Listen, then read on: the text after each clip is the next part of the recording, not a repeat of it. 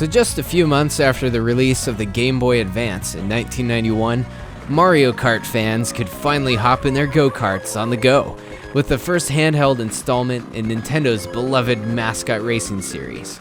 Now eat my portable dust.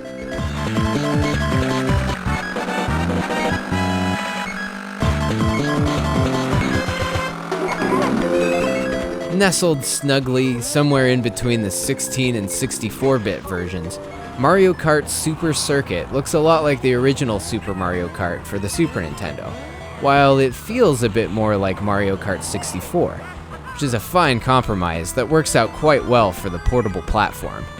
But just because the cartridge is small enough to accidentally choke on doesn't mean it's lacking in content.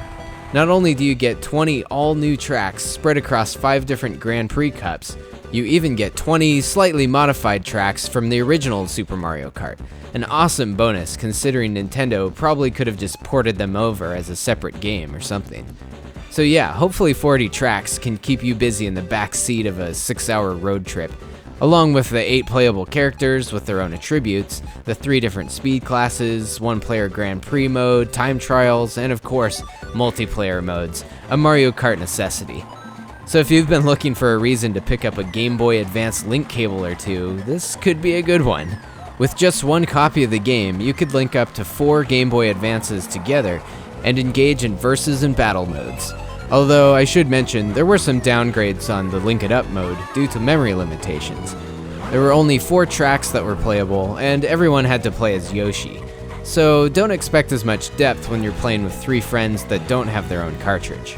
But that's honestly the only minor gripe that I have with this game.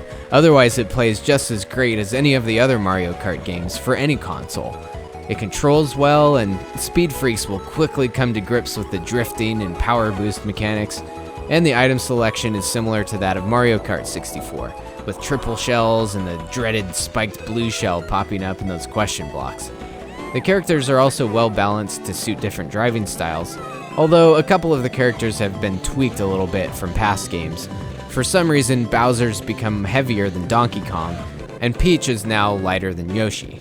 And aside from the great gameplay, the original courses here are also pretty memorable, and they're very well designed.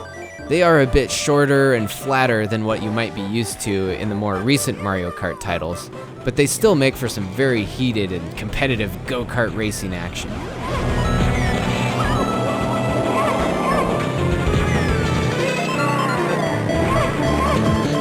So despite its size, this little Mario Kart is still definitely in the running for the gold.